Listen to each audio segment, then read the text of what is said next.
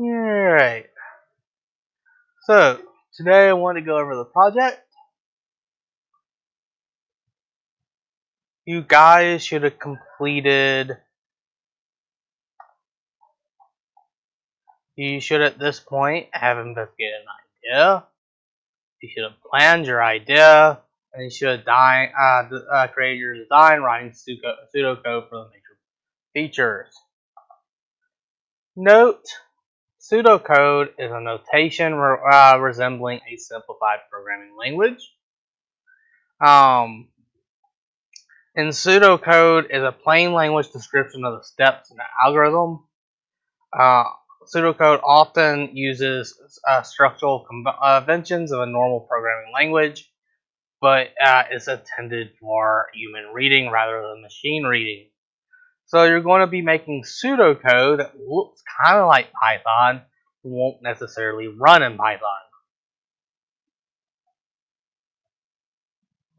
So it needs. So the difference between pseudocode and normal English, plain natural language, is the fact that pseudocode will somewhat look like. So here's some example pseudocode. Will somewhat look like code. It also, when you write pseudocode, basically someone else should be able to read your pseudocode and know exactly how to code it up too.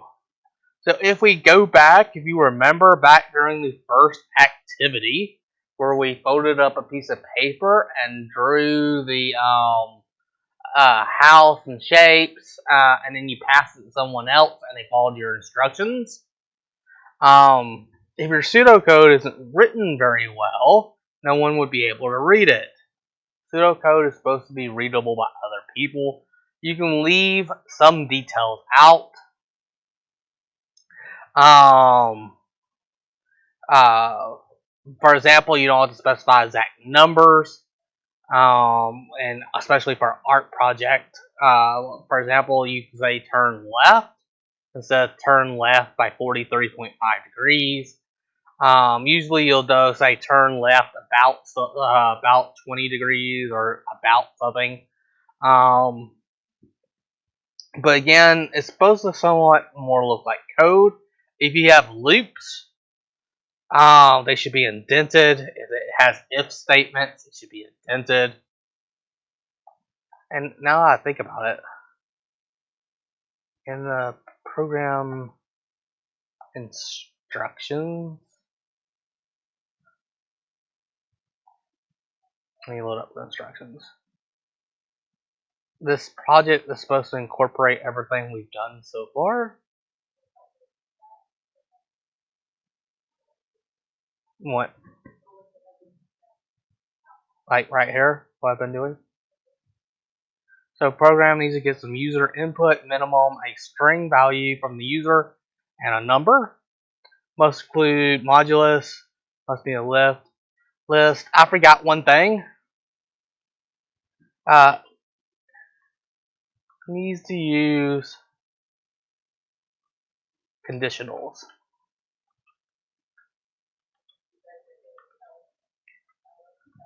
Such as if, else statements are if, elif, else statements. So I'm also adding this requirement. I forgot that to include it. Should be rather simple. For example, on your user input, you could check if the user inputted a value less than 10. And if not, prompt the user saying, sorry, the number has to be between 1 and 10. Please enter another number. Yes.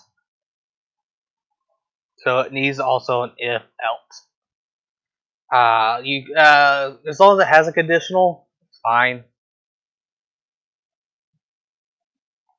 I think I prefer if you also use elif somewhere. Just to demonstrate that you know how to do an if, an elif, and an else.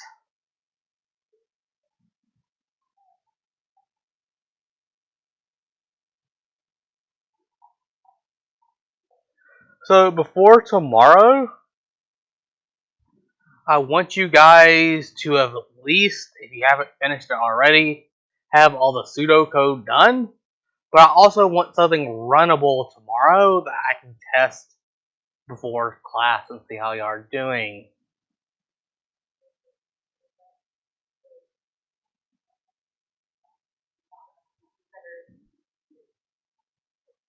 Yeah. Again, I'm more looking to see how your code's going to be looking, and it doesn't have to look anywhere close to being done. But I want something runnable that I can test, or at least something that I can look at your code and go, all right, you've been coding, and seeing how it's going.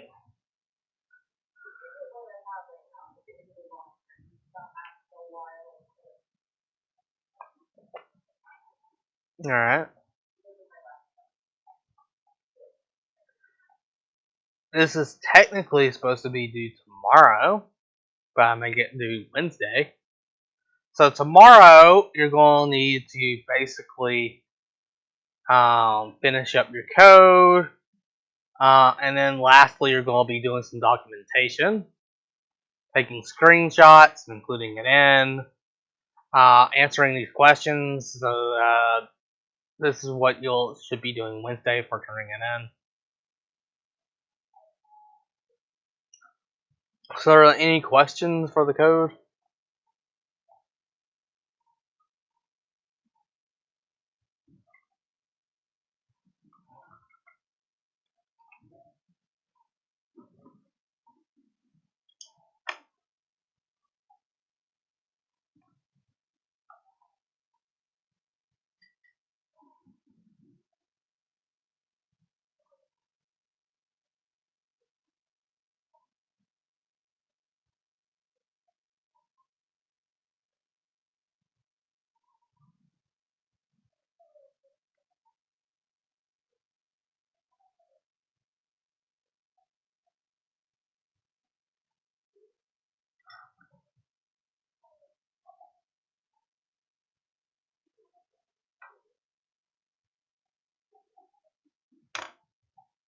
So here's the code word for the day. So there's the code word.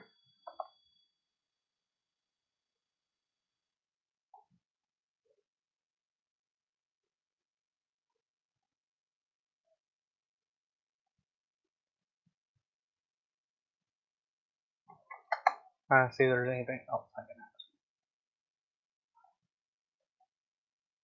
So for evaluating the solution, you could just submit it to me if you want, and I'll add in comments. Or you can share it with a classmate and have them look through it. Or a combination of both.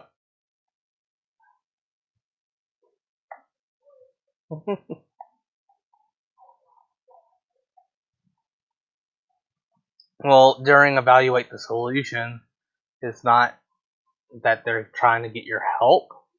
Evaluating the solution is having someone look over your code and say, for example, I don't these variable names don't look good. It's really hard to read because you didn't put comments in. I don't know what this section of code is doing because you didn't comment for variables, or it just looks insanely weird. Oh yeah, I remember what I was going to do. So I graded 118 yesterday. Everyone didn't do this correctly. Even the answer key online for me didn't do it correctly, so I didn't take off any points for it. Especially considering the fact that answer key didn't do it. It says for it's your turn. When the turtle stops moving and your program ends, you should indicate this is intentional and that something did break or did not break by writing another for loop and change all of the turtles to some color that indicates they are deactivated. So, the reason why the answer key didn't do this, and technically you didn't have to do this, is you already deactivated during a collision the turtles by turning them gray and changing their shape after they collided. If you correctly changed their speed, some of them got through without collision. And so you looped over those and changed their color. It does, though, say that all turtles need to be changed the color. But if you pop them out of that list, you could end up with an empty list. But technically, since you already changed the color of collided turtles, they're already deactivated. So based on this, you didn't have to. But one of the ways, the way I did it, was as soon as I removed the turtle from a list, I put it into another list. And then at the very end, I then iterated over that new list and turned them all a different color. But basically, since you could argue the fact, which I'm assuming is what the answer key did, is the fact that the collided turtles were already changed colors. You didn't have to go ahead and do that. That's it for the day.